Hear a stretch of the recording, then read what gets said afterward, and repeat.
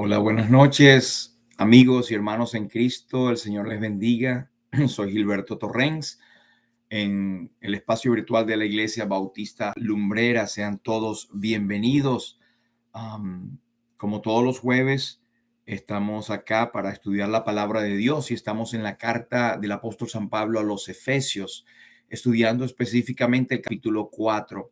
Le invitamos a que pueda quedarse con nosotros y abrir su Biblia en Efesios capítulo 4. Vamos a comenzar, como siempre, pidiendo la ayuda a Dios en oración. Padre Santo, en el nombre de Jesús, te damos las gracias por tu bondad, gracias por Jesucristo, gracias por el Evangelio, gracias porque hay oportunidad de salvación por fe a todo aquel que cree. Te rogamos que al abrir tu palabra, leerla, que sea tu Santo Espíritu el que nos dirija y que podamos en nuestros corazones ser alimentados, Señor, por ella, por la bendita esperanza y conocer más de ti, Señor, de tu Evangelio, de tu amado Hijo, Señor, quien se dio por nosotros, por los misterios de la iglesia y por todo lo que tu Santo Espíritu nos quiera revelar en esta noche. Suplicamos por los que no son salvos, no tienen esta seguridad de salvación, que hoy pueda ser el tiempo apropiado. Y para cada uno de nosotros, ayúdanos, Señor, los que están enfermos, los que están en angustia, en tribulación, sé tú con ellos, Señor. A ti sea la gloria, en el nombre de Jesús. Amén. Bien, entonces les invitamos a que por favor puedan ir con nosotros a la carta a los Efesios, capítulo 4, y vamos a leer desde el versículo 11 hasta el versículo 16 para cerrar este bloque. Um, Dice así la palabra de Dios, Efesios capítulo 4, versículo 11 al 16. Dice así: y él mismo constituyó a unos apóstoles, a otros profetas, a otros evangelistas, a otros pastores y maestros, a fin de perfeccionar a los santos para la obra del ministerio, para la edificación del cuerpo de Cristo, hasta que todos lleguemos a la unidad de la fe y del conocimiento del Hijo de Dios, a un varón perfecto, a la medida de la estatura de la plenitud de Cristo, para que ya no seamos niños fluctuantes, llevados por doquiera de todo viento de doctrina, por estratagema de hombres que para engañar emplean con astucia las artimañas del error, sino que siguiendo la verdad en amor, crezcamos en todo en aquel que es la cabeza, esto es Cristo, de quien todo el cuerpo, bien concertado y unido entre sí por todas las coyunturas que se ayudan mutuamente, según la actividad propia de cada miembro, recibe su crecimiento para ir edificándose en amor. Vamos a dejarlo hasta aquí, esperando que el Señor prospere su palabra. Precisamente en este versículo 13 fue que quedamos en el estudio pasado, y haciendo un brevísimo resumen, usted puede ir atrás y ver el estudio número 20. Este es el estudio número 21, pero hablábamos de los dones y hablamos de que Cristo repartió dones a la iglesia, y decíamos que deberíamos tener cuidado de distinguir entre los dones divinos y las dotes naturales que tiene un ser humano. Y decíamos que ningún inconverso, por mucho talento que tenga, por muy elocuente, puede ser evangelista, pastor o maestro en el sentido que nos habla el Nuevo Testamento. Tampoco pudiese serlo inclusive un cristiano, a no ser que haya recibido el don en particular. No todos los creyentes en Cristo tienen los dones, todos los dones, pero cada creyente en Cristo tiene por lo menos un don o varios dones que el Espíritu Santo tiene a bien repartir como Él quiere. Los dones del Espíritu Santo son sobrenaturales y capacitan al hombre para hacer lo que sería humanamente raro, imposible para hacer para este hombre, um, o para esta persona. Y decíamos alguna palabra sobre los dones, que hay mucha confusión acerca de esto, de que si los dones se permanecen, otros no. Ya nosotros dimos nuestra posición en el estudio pasado. No creemos en la continuidad de todos los dones, pero tampoco negamos la soberanía de Dios, pero sí pensamos que los dones sobrenaturales, poderosos, que nos habla el Nuevo Testamento, el principio de la iglesia, ya cesaron. Pero todavía permanecen, por supuesto, dones que son del mantenimiento de la iglesia, pero los dones del inicio, las bases ya no están. Los hombres que eran dones, por ejemplo, los apóstoles, eran dones de base, era para el fundamento. Y como nos dice la Biblia en varias partes, nos dice aquí en Efesios 2:20, nos dice en Judas, que es la base, que es el fundamento. Y los demás dones es para el mantenimiento de la iglesia. Eso es lo que creemos y respetamos la opiniones de muchos, pues que tienen otras opiniones. Pero los dones no les fueron dados a los hombres para el bien personal o para enriquecerse. Lejos esté de nosotros gloriarnos, sino en la cruz de Cristo. Es para beneficio del cuerpo de Cristo, la iglesia. Al versículo 12 decía que esto lo hacía el Señor Jesucristo para perfeccionar a los santos, para la obra del ministerio, para la edificación del cuerpo de Cristo, que es que los dones equipan a los santos, que los santos luego sirven y que luego todo el cuerpo, toda la iglesia es edificada. Versículo 13, que es donde estamos empezando, hasta que todos lleguemos a la unidad de la fe y del conocimiento del Hijo de Dios, a un varón perfecto, a la medida de la estatura de la plenitud de Cristo. Vamos a apoyarnos con algunas otras versiones, que todas las versiones que nosotros citamos, queremos aclarar esto, son versiones autorizadas uh, por la por todas las sociedades bíblicas, que tenemos la Reina Valera y tenemos otras muchas versiones autorizadas, son versiones oficiales, pero no son tan populares, pero nos dan y arrojan luz en versículos que a veces no entendemos. Así que todas son autorizadas por las diferentes asociaciones bíblicas. A la medida de la estatura de la plenitud de Cristo, esa también se podría traducir a una medida de edad caracterizada por la plenitud de Cristo. La versión Reina Valera actualizada de la Sociedad Bíblica, como dijimos, dice a la medida de la edad de la plenitud de Cristo. Introduce el término la edad. En la nueva traducción viviente, también autorizada por estas sociedades bíblicas, dice que sean maduros en el Señor, es decir, hasta que lleguemos a la plena y completa medida de Cristo. Y la nueva Biblia viva dice hasta que lleguemos a ser una humanidad en plena madurez, tal como es Cristo. Notemos que en cada una de estas versiones se hace énfasis, y lo que aparentemente quiere decir el espíritu de lo que escribió el apóstol es para que ya no seamos como unos niñitos inmaduros que nos dejamos llevar por cualquiera que viene y nos presenta tres verdades o medias verdades, quiero decir. Sea que en la figura fundamental se trate de la plenitud de la edad o plenitud de estatura, como dice la Reina Valera, en cualquiera de los casos es una plenitud de Cristo. Todo es referido a Cristo. Es la plenitud de aquel que cumplió totalmente la obra que el Padre le había encomendado, la misión para la cual fue ungido. Con esta pregunta en mente, quiero ir que cada uno pensemos que este es el propósito, pero la pregunta sería, ¿vamos a llegar a la medida de la humanidad, la estatura o la edad de Cristo? Pues vamos a ver qué dicen los versículos más adelante, pero esto es la medida de la estatura de Cristo, y es difícil que el creyente llegue a esto, y vamos a ver por qué. No es que está fallando la palabra, pero es un reto que a nosotros se nos da, porque yo no creo que exista ser humano que llegue a la plenitud de Cristo, de lo que fue. Grandes hombres, grandes santos se han levantado y han dado un olor fragante, pero ninguno llenando la plenitud de Cristo. Vamos a ver cuándo se logra esto. Porque a veces surge la pregunta, ¿pueden los creyentes durante esta vida terrenal llegar a esta medida de la estatura de Cristo?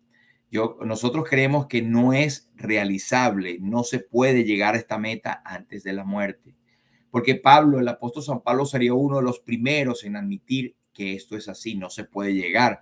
Mire lo que dice en Romanos 7 y 14. Y lo decimos porque hay creyentes bien intencionados, queridos creyentes, que piensan que son perfectos, que no pecan y que si pecan pierden la salvación. Y esto es algo que hemos discutido en otros capítulos, en otros exposiciones, pero no estamos totalmente en desacuerdo con ese pensamiento. Primero, la salvación es un don, es una dádiva de Dios y permanece para siempre porque la salvación es del Señor. Creemos en la perseverancia de los santos. Los santos creyentes perseveran no para ser santos, sino para ser salvos, sino porque ya son salvos. Y después, no podemos tener un nivel de perfección en este mundo. Así que ya empezando por allí, Cristo fue perfecto en todo su andar y el creyente aquí en la tierra no es perfecto. Ahora mismo podemos estar teniendo pensamientos que no son correctos, adecuados y debemos continuamente acercarnos a Cristo para pedir perdón. Así que esto es parte de la respuesta. Pablo dice, Romanos 7 y 14, mas yo soy carnal, vendido bajo el poder del pecado, o soy carnal, vendido al pecado. Y lo que habría de decir muy poco después de que esta carta a los Efesios hubiese llegado a su destino en Filimón, dice, en Filipenses, perdón, dice, hermanos, yo no pretendo haberlo ya alcanzado, pero una cosa hago, olvidando ciertamente lo que queda atrás y extendiéndome a lo que está delante, prosigo a la meta, al premio del supremo llamamiento de Dios en Cristo Jesús. Él no pretendía en ningún momento haber alcanzado esa meta de la perfección, de la madurez total, de la impecabilidad, porque ninguno puede jactarse en decir que no peca, aún siendo creyente. El pecado que nos condenaba fue clavado por Cristo en la cruz, pero el pecado que nos roba la comunión está constantemente en nosotros porque tenemos una doble naturaleza y vivimos en este cuerpo de muerte, que ya citamos al apóstol Pablo diciéndolo en Romanos 7. Este versículo 13 también responde a la pregunta, ¿cuánto tiempo proseguirá este proceso de crecimiento? Porque vamos creciendo, esto sí es cierto, este es un proceso, es el proceso que en otras partes el apóstol habla, la santificación del creyente. Y la respuesta sería hasta que todos lleguemos a un estado de unidad, de madurez y de conformidad. Y como usted sabe, no hemos llegado al estado de unidad, empezando porque aún estando en una misma iglesia tenemos diferentes criterios. Y imagínense todas las iglesias con buena doctrina o doctrina regular o doctrina que creemos, doctrina bíblica, pero con muchas diversiones de la verdad o con muchos medios verdades o con falsas o malas doctrinas. Sin embargo, el verdadero creyente en Cristo, en cualquiera de las iglesias que se encuentran, aún estando en la misma iglesia, no tiene unidad en muchas cosas. Pero el Señor previó esto. Pero no solamente es unidad, madurez y conformidad. ¿Cuándo vamos a llegar a la unidad? Pues cuando el Señor lleve a su iglesia a su hogar celestial. A veces le he dicho a algunos hermanos en Cristo, mire, usted no busque una iglesia perfecta porque no la va a conseguir, por lo menos acá, pero si hay un lugar donde lo pueda conseguir. ¿Dónde? ¿Dónde, hermano? Bueno, en el cielo. Así que en el cielo es que vamos a conseguir la unidad perfecta, cuando todos habremos llegado a la unidad de la fe. En 1 Corintios 13 y 12 se nos dice, ahora vemos por espejo, oscuramente, mas entonces veremos cara a cara. Ahora conozco en parte, pero entonces conoceré como fui conocido. Entonces el apóstol mismo nos dice que en esta tierra, nosotros los creyentes en Cristo, vemos oscuramente, no tenemos toda la revelación que deberíamos de tener cuando vamos a llegar al cielo. Y ahora vemos borrosamente como por un espejo.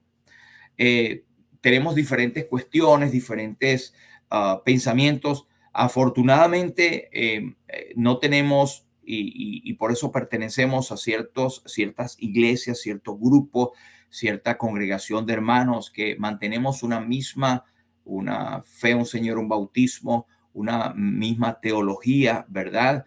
Y esto es admirable porque es el Espíritu Santo el que lo logra. pero tenemos diferentes cuestiones, diferencias de opinión acerca de un montón de cosas. Pero entonces vamos a llegar a un pleno acuerdo, pero no aquí en la tierra, hermanos. Alcanzaremos la unidad de pleno conocimiento del Hijo de Dios. Aquí tenemos perspectivas individuales acerca del Señor mismo, cómo es Él, cuáles son las implicaciones de su enseñanza. Algunos sabemos menos, otros saben más. Unos tienen más revelación de las glorias de la bendita persona de Cristo, que es en lo cual deberíamos nosotros ocuparnos y no caer en cosas tontas que nos desvían, que nos roban el tiempo para realmente conocer y crecer más en el conocimiento de Cristo. Entonces le veremos cómo Él es y conoceremos cómo fuimos conocidos. Pero también, aparte de la unidad, está la madurez. Pues la madurez también la vamos a alcanzar ¿cuándo? En el arrebatamiento. Allí llegaremos al pleno conocimiento o crecimiento de la madurez cuando seamos arrebatados, porque ocurre una transformación. Este cuerpo de incorrupción se vestirá de incorrupción, y este cuerpo mortal se vestirá de inmortalidad, y se dirá: absorbida es la muerte en victoria. En ese momento llegaremos a la perfección del desarrollo espiritual. Eso es lo que pensamos. Proverbios 4:18 nos dice: mas la senda de los justos es como la luz de la aurora, que va en aumento hasta que el día es perfecto. Número 3, conformidad. Seremos hechos conforme al Señor Jesucristo. Todas estas cosas que estamos diciendo está en el contexto de cuándo llegaremos a ser como Cristo. Pues cuando alcancemos todos la misma unidad, ¿verdad? Cuando estemos en la gloria, cuando alcancemos todos la misma madurez, en el arrebatamiento, cuando seremos transformados, y finalmente conformidad, cuando seremos semejantes a Él. Todos seremos entonces moralmente como Cristo. Entonces habremos llegado a la estatura de la plenitud de Cristo. Y la iglesia universal será un cuerpo totalmente crecido, maduro, perfectamente apropiado para la gloriosa cabeza que es Cristo. Pues Cristo va a venir a buscar una iglesia santa, sin mancha y sin arruga, iglesias locales, ¿verdad? Pero no hemos alcanzado ni la madurez, ni la unidad, ni la conformidad, porque esto será en el momento en que seremos arrebatados, que Cristo nos pasará la plancha, por así decirlo. Semejantes a Él. La plenitud de Cristo es la misma iglesia, la plenitud de aquel que todo lo llena en todo. La medida de la edad de la iglesia significa un desarrollo completo, el cumplimiento del plan de Dios en toda su extensión. Recuerde, primera de Juan 3:2 dice: amados, ahora somos hijos de Dios y aún no se ha manifestado lo que hemos de ser, pero sabemos que cuando Él se manifieste, seremos semejantes a Él, porque le veremos tal como Él es. Qué gloriosa será esa mañana. Ojalá fuera hoy. Cuán gloriosa será la mañana cuando venga Jesús el Salvador. Así que seremos transformados y allí alcanzaremos la plena realización para lo cual fuimos salvados.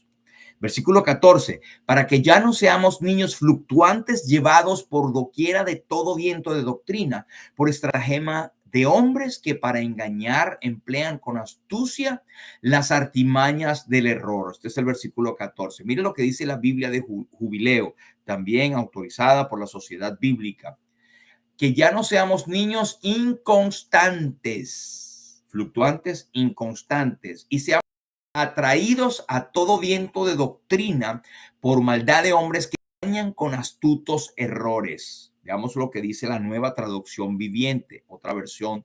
Dice: entonces ya no seremos inmaduros como niños, no seremos arrastrados de un lado a otro, ni empujados por cualquier corriente de nuevas enseñanzas. No nos dejaremos llevar por personas que intenten engañarnos con mentiras tan hábiles que aparezcan verdad. Y por último, esta Nueva Biblia Viva dice: como niños que cambian de creencias cada vez que alguien les dice algo diferente o logra astutamente que sus mentiras parezcan verdades. Esto es la realidad de muchas iglesias, y temo decir que hay muchos de esos queridos hermanos son niños porque son recién convertidos, pero lo triste es algunos que ya debiendo ser maduros digamos que ya necesita un alimento más sólidos, todavía son unos niños en niños. Y ese tipo de hermanos, lamentablemente, que son de doble ánimos, son llevados por cualquier viento de doctrina. Son inconstantes, son de doble ánimo, como dice Santiago, son inconstantes en todos sus caminos. Y usted ve cómo visitan iglesias, vienen, van de iglesias a iglesia y oímos de otros nuestros hermanos, mira, fulanito está en otra iglesia. Eso dale 2 o 3 meses. Entonces son personas fluctuantes, pero si están en buenas iglesias que lleguen, bien, gloria a Dios por eso. El peligro es que llegan a ser engañados por falsos maestros y allí donde viene la ruina espiritual. Mire, recuerdo casos en mi país que había, por ejemplo, algún hermano que dijo que no se podían silbar los himnos. Pero hermano, ¿por qué? Bueno, porque don fulano lo dijo. Bueno, pero usted lo estudió de una base bíblica. Pues no tenía base bíblica. Otros que hoy en día dicen que debe sembrar, hablando de diezmar o de ofrendar grandes sumas de dinero para que Dios te bendiga. Y hay muchos que se dejan llevar por estas falsas enseñanzas y que terminan varados en una ruina espiritual totalmente. Porque lo dice el pastor tal o el hermano tal. Uh, Otros dicen que si no manifiestas, si no hablas en lenguas, no manifiestas que eres hijo de Dios. Son falsas doctrinas, que no es así, ni lo dice la Biblia. Yo recuerdo hace años, mire, usted debe acordarse de un señor por que tenía una radio o que daba estudios bíblicos por la radio. En algún momento yo lo escuché porque tenían himnos muy hermosos, himnos a voces que a mí me encanta, Harold Camping, y él tenía un programa radial que en mayo del 2021, él predijo que el Señor Jesucristo vendría y haría juicio sobre toda la tierra. Eso se puede buscar en el Washington Post de mayo 21 del 2011. Usted puede buscarlo. Él, aunque comenzó siendo un maestro bíblico, se fue tergiversando y mucha gente empezó a seguirle porque no leían la palabra.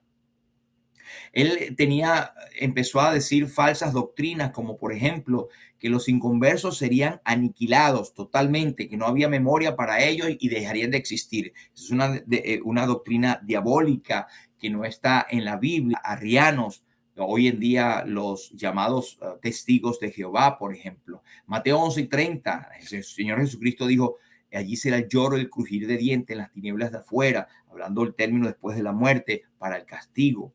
Y bueno, este señor decía que no hay total depravación, que hay partes de la humanidad, de gente que son tan buenas que pueden anhelar el cielo. Y eso estaba totalmente en contra de la palabra de Dios. Romanos 3:10 nos dice: ni aún uno no hay justo. Pues le puso fecha a la venida de Cristo, confundiendo eventos, poniendo la gran tribulación con la venida de Cristo, olvidando un detalle tan simple como que el día ni la hora nadie lo sabe, en Marcos 13:32. El día y la hora nadie lo sabe, ni aun los ángeles que están en el cielo, sí, y ni aun el Hijo, sino el Padre. También decía este señor que las iglesias son del diablo, que todas son apóstatas y que deben ser abandonadas, que ningún cristiano debería ir a ninguna iglesia, y que él animaba solamente a estudiar la Biblia, pero oyendo su programa radial.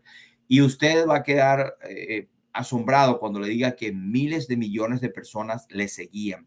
Cuando él dijo la afirmación de que un 3% solamente sería llevado físicamente al cielo por Dios a través de un rapto que iba a ocurrir el 21 de mayo del 2011, el mundo se volvió, bueno, no el mundo, pero una gran mayoría se volvió loco, y personas que habían pasado meses predicando y con camiones diciendo que el cataclismo vendría. Algunos habían regalado sus pertenencias terrenales, otros hicieron viajes largos para estar con sus seres queridos, y hubo quienes agotaron sus cuentas de ahorro para darlo a este ministerio.